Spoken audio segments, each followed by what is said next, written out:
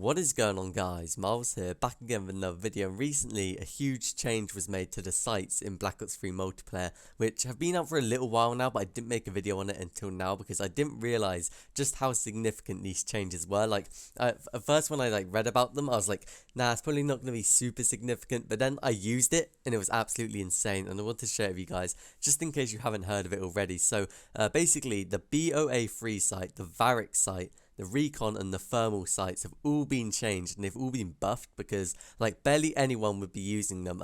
Everyone I knew would use the iron sites, the red dot site, or the elo site, but rarely ever the Varix, BOA, Recon or thermal. And so Treyarch decided to sneakily buff them all massively, which is pretty mad, and now they are definitely viable in the game and probably way better than the elo site in my opinion, especially the Varix. The Varix site is insanely good. So let's jump straight into it. The BOA3 site has had a 10% increased center speed time, which is the time it takes for the site to return to normal after you shoot. So that's a pretty decent change. It's probably the least significant out of all of them. But the big one is the Varix, the Recon, and the thermal site. Now, they also got the 10% center speed increase, and they also got 15% recoil reduction when you use the Varix site, the Recon site, or the thermal site, which is absolutely ridiculous. So if you guys don't know, if you're using the foregrip attachment, that reduces recoil by 7.5%. And now if you use these sites, your recoil is reduced by 15%, which is absolutely insane. That is like having 2 foregrip attachments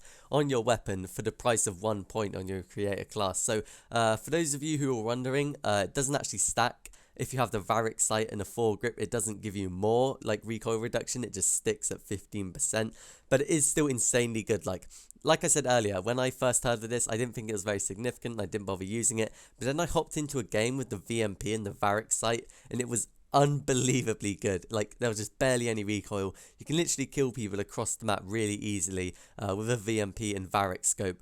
So the Varix scope now is amazingly good, especially on SMGs and assault rifles, which typically recoil a lot. If you have a KN44, even the Vespa. If you put the Varix sight on a Vespa, it actually works really well.